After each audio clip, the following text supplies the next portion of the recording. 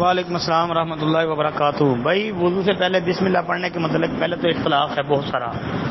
بعض محققین کے نزدیک تو یہ روایت ثابت نہیں ہے بسم اللہ پڑھنا. بعض کہتے ہیں کہ ثابت ہے، بعض کہتے ہیں کہ ضعیف جمع ضعیف حسن لغیری بن جاتی ہے. اس میں بہت سارا اختلاف ہے. ایک بات.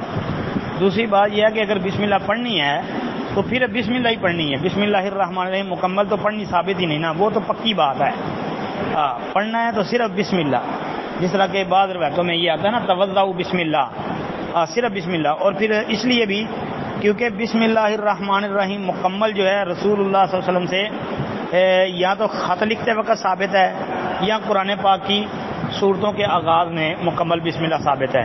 اس کے علاوہ صرف بسم اللہ بس، یہ یاد رکھیں.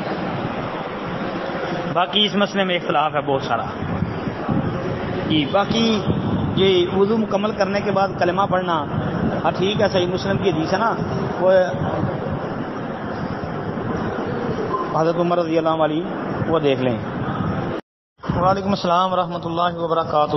محترم بھائی کا سوال ہے جی، ایسی کوئی حدیث کہ نبی علیہ الصلوۃ والسلام نے فرمایا ہو کہ مجھے آلات موسیقی توڑنے کے لیے بھیجا گیا ہے؟ جی محترم، اس حوالے سے مسند احمد کے اندر ایک حدیث آتی ہے ابو امامہ باہلی رضی اللہ تعالیٰ عنہ کے حوالے سے جی، 22,307 نمبر حدیث ہے. مسند احمد کے اندر 22,307 نمبر حدیث موجود ہے.